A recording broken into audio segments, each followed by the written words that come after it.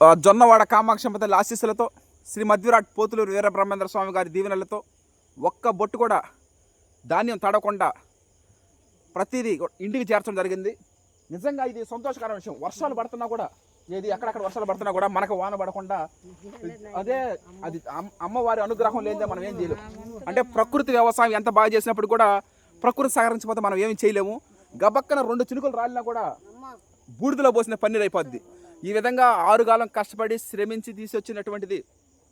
అంటే కడుపు కొట్టడం తల్లికి ఏమాత్రం ఇష్టం, అందులో ప్రకృతి వ్యవసాయం చేసింది కూడా మెయిన్ ఇంపార్టెంట్. కాబట్టి ఈ విధంగా ఆ తల్లి దీవెనలు ఆశీస్సులు మనకి ఎల్లప్పుడూ ఉంటాయని మరొకసారి రుజువైంది. మిగతా ఊర్లన్నీ వర్షాలు, విజయవాడ, విశాఖపట్నం, మొత్తం తిరుపతి, ఎటు సైడ్ చూసుకున్నా కూడా వర్షాలు.